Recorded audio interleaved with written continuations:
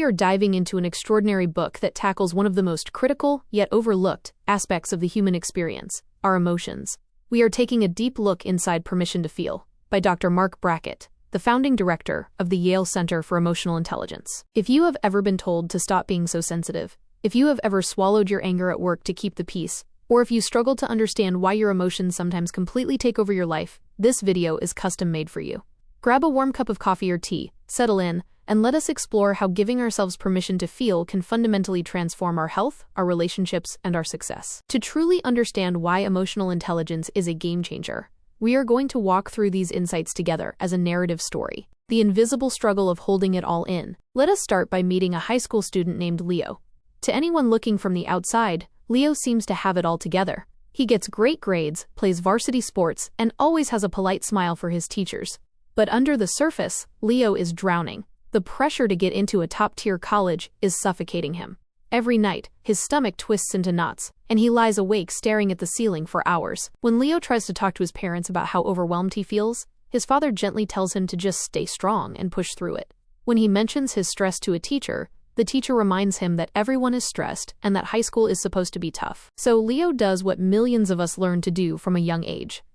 He wears a mask. He suppresses his anxiety, pretends he is totally fine, and puts all his energy into performing. But emotional energy cannot simply be deleted. Because Leo has no healthy outlet for his anxiety, it starts leaking out in destructive ways. He becomes irritable with his younger sister, loses his appetite, and eventually suffers a massive panic attack during an exam. Leo is a classic example of what happens in a world that denies us permission to feel.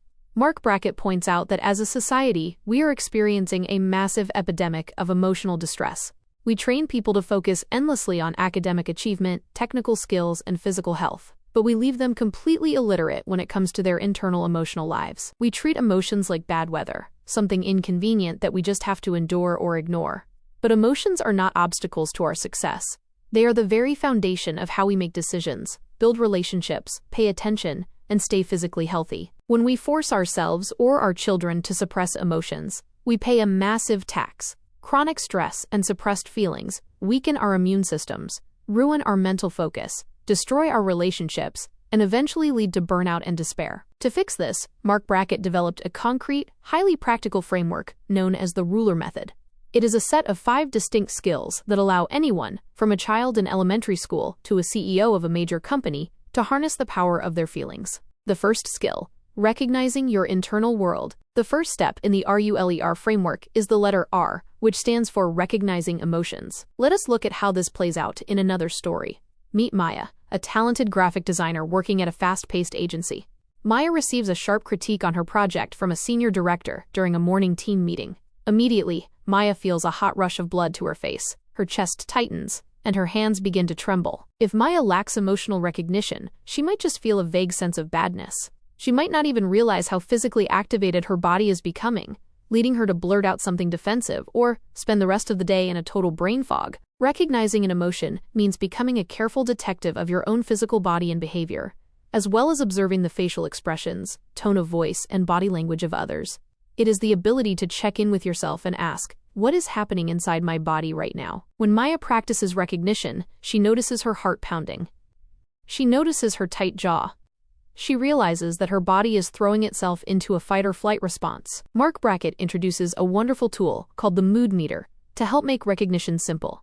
Imagine a grid divided into 4 colored quadrants based on 2 factors, energy and pleasantness. The red quadrant is high energy and low pleasantness, containing feelings like anger, terror, and frustration. The yellow quadrant is high energy and high pleasantness, filled with feelings like excitement, joy, and elation. The blue quadrant is low energy and low pleasantness, representing sadness, boredom, and loneliness. The green quadrant is low energy and high pleasantness, representing calm, contentment, and peace. By using the mood meter, Maya can look at her racing heart and tight jaw and immediately place herself in the red quadrant. Recognizing where you are on the map is the absolute prerequisite for everything else. You cannot navigate out of a storm if you do not even realize you are in one. The second skill, understanding the root cause. Recognizing that you are in the red quadrant is a great start, but it brings us straight into the second skill of ruler, the letter U, which stands for understanding. Recognizing tells you what quadrant you are in, but understanding tells you why you are there. It is about identifying the underlying theme or trigger that caused the emotional shift in the first place. Let us go back to Maya at her design agency. She knows she is in the red quadrant because her heart is pounding. But why is she feeling so hot and bothered? If Maya does a quick surface-level analysis, she might say, I am mad because my boss is a jerk who hates my design. But if she digs deeper, she uncovers the real story. The director's critique triggered a deep-seated fear of failure and rejection. The comment made her feel like her competence was being questioned in front of her peers. Marc Brackett explains that different core emotions are tied to very specific universal triggers. Anger is almost always a reaction to a perception of injustice or unfairness, or an obstacle standing in the way of a goal. Fear is a reaction to real or perceived danger or uncertainty. Sadness is a reaction to the loss of something valuable, whether that is a relationship, an opportunity, or a sense of identity. Guilt happens when we realize we have violated our own moral standards. When Maya understands that her reaction is actually tied to a fear of not being valued, her perspective changes. Understanding the root cause stops you from placing blind blame on external events or other people. It gives you deep insight into your own psychological needs, boundaries, and values. It shifts your mindset from why is this happening to me to what is this experience teaching me about what matters to me. The third skill, labeling with precision. Now we reach the third letter of ruler L, which stands for labeling. This might sound like a simple vocabulary test, but scientific research shows it is one of the most powerful brain hacks available to humans. Most people have an extremely limited emotional vocabulary. When asked how they feel, 90% of people say good, bad, fine, stressed, or tired. But fine is not an emotion, and bad is far too vague. Imagine a man named David. David comes home from work, slams his keys on the counter, and tells his partner that he had a terrible day and is just super stressed. But stressed is a giant blanket word that covers 100 different realities. Is David stressed because he has too many tasks and feels overwhelmed? Is he stressed because his coworker took credit for his idea and he feels betrayed? Is he stressed because he has to give a presentation tomorrow and feels unprepared? Each of those underlying emotions requires a completely different solution. If David is overwhelmed, he needs to delegate or drop tasks. If he feels betrayed, he needs to have an honest conversation with his coworker. If he feels unprepared, he needs to study his notes. When you use generic words like bad or stressed, your brain does not know how to help you. But when you label your feelings with rich, granular vocabulary, something incredible happens in your neurology. The act of finding the exact right word shifts activity away from the primitive, reactive, emotional centers of your brain and activates the prefrontal cortex, the center for reasoning and problem solving. In psychology, there is a famous phrase, if you can name it, you can tame it. When Maya at the design agency sits down, she refines her label. She stops saying she is mad and realizes the exact label for her feeling is humiliated and anxious. The moment she labels it as humiliation and anxiety rather than broad anger, her brain stops treating the director like a physical threat, allowing her body to begin downshifting out of panic. The fourth skill, expressing your inner reality. The fourth skill in the RULER framework is E, which stands for expressing. Expressing is all about how, when, and with whom we share our emotional experiences. It is about knowing how to display our feelings in ways that are authentic, socially appropriate, and constructive. Consider a culture inside a typical workplace. Many organizations operate under an unwritten rule of emotional suppression. Employees are expected to leave their personal lives and feelings at the door, act like unfeeling robots, and maintain a facade of cheerful productivity at all times. In these environments, people do not stop having feelings. They just learn to hide them. They mask their fear, bury their resentment, and pretend to agree with decisions they despise. The result is a toxic mix of passive-aggressive behavior, low morale, high turnover, and widespread anxiety. Marc Brackett emphasizes that expressing emotions does not mean throwing emotional temper tantrums, screaming at your colleagues whenever you feel angry, or crying continuously at your desk. That is unmanaged emotional dumping, not healthy expression. Healthy expression is about learning how to communicate your internal state with clarity, courage, and respect. It means being able to say to a manager, I feel deeply concerned about this new deadline because our team is already at full capacity, rather than nodding silently and then complaining bitterly behind closed doors. Expressing also means knowing who your safe emotional judges are. You do not have to share your deepest vulnerabilities with everyone. You need a trusted circle, whether that is a close friend, a mentor, a partner, or a therapist, with whom you can drop the mask entirely and be completely honest about your struggles without fear of shame or judgment. The fifth skill, regulating for success. The final and ultimate skill in the ruler method is R, which stands for regulating emotions. Regulating is not about denying, hiding, or suppressing your feelings. Regulating is about learning how to monitor, manage, and adapt your emotional reactions so that they help you achieve your goals, maintain your well-being, and support your long-term vision for your life. Think back to Leo, our high school student who suffered a panic attack during his exam. When Leo feels that wave of intense pressure hitting him, he needs practical, effective strategies to regulate his central nervous system so he does not freeze up. Marc Brackett breaks down emotional regulation strategies into 5 distinct categories. First, there are mindful breathing strategies. When you are caught in a storm of anxiety or rage, your body enters a physiological emergency mode. Taking slow, deep breaths, filling your abdomen, and making your exhalations longer than your inhalations directly signals your parasympathetic nervous system to slow down your heart rate and lower your blood pressure.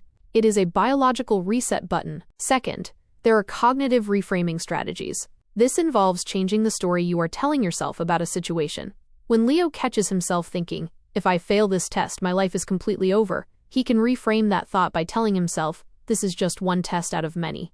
I have prepared for this, and my worth as a person is not defined by a single score." Third, there are self-talk strategies. The way we talk to ourselves in our own heads makes a massive difference. Most of us speak to ourselves with a cruel, critical voice that we would never dream of using with a friend.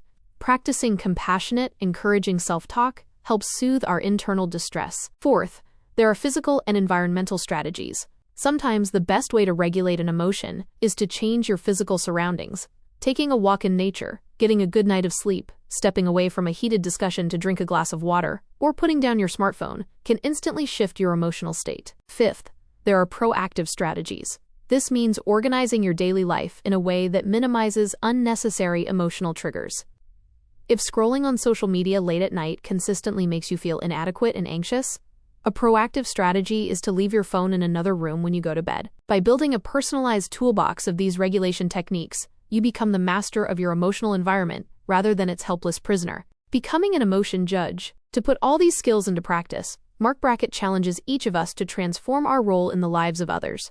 We need to stop being emotion judges and start being emotion scientists. An emotion judge is someone who looks at feelings through a lens of criticism and evaluation. When an emotion judge sees someone crying, angry, or anxious, their immediate reaction is to evaluate whether that person should be feeling that way. They say things like, "You are overreacting, it is not that big of a deal," or "You just need to look on the bright side." An emotion judge invalidates people's experiences, forcing them to hide their feelings and build up resentment. An emotion scientist, on the other hand, approaches feelings with deep curiosity, open-mindedness, and compassion. When an emotion scientist sees someone who is upset, they do not judge or try to fix it instantly. Instead, they become curious. They ask questions like, "What is making you feel this way? Tell me more about what you are experiencing. How can I best support you right now?" Imagine how different our homes, schools, and workplaces would be if parents, teachers, and leaders acted as emotion scientists. Imagine a family where a child comes home angry from school, and instead of being punished for having an attitude, the parents sit down and curiously help the child use the mood meter to find out what happened. Imagine a company where employees feel completely safe admitting when they are overwhelmed, knowing their managers will listen with empathy and help them reprioritize their workload. By stepping into the role of an emotion scientist, you create a safe zone for the people around you to drop their heavy masks, share their true realities, and heal. The lifelong promise of emotional freedom. As we reach the conclusion of this narrative summary, let us take a moment to reflect on the core message of Marc Brackett's life work. Giving yourself permission to feel is not a luxury, nor is it a sign of weakness. It is a fundamental human right, and it is the single most important key to living a healthy, fulfilled, and authentic life. When you give yourself permission to feel, you stop spending massive amounts of energy trying to hide from your own internal state. You stop letting unexamined thoughts and explosive reactions ruin your valuable relationships. You stop allowing stress to break down your physical body. Instead, you learn to welcome every single emotion as a valuable guest bearing important information. You view your anger as a compass, pointing toward your core values and boundaries. You view your sadness as a reflection of your capacity to care deeply about people and dreams. You view your fear as a gentle reminder to prepare and seek support. By mastering the 5 skills of the Ruler framework, recognizing, understanding, labeling, expressing, and regulating, you build a sturdy bridge between your inner heart and the outer world. You gain the resilience needed to face life's toughest storms, the wisdom to make decisions aligned with your true self, and the empathy required to build deep, meaningful connections with the people you love. The journey toward emotional agility and intelligence does not happen overnight. It takes daily practice, patience, and a lot of self-compassion. But every single time you pause, take a deep breath, and ask yourself how you are genuinely feeling without judging the answer, you are taking a massive step toward ultimate freedom. Thank you so much for spending your time with me today. If this deep summary brought light to your own journey, please hit the like button, subscribe to the channel, and drop a comment below letting me know which part of the ruler method you plan to practice today.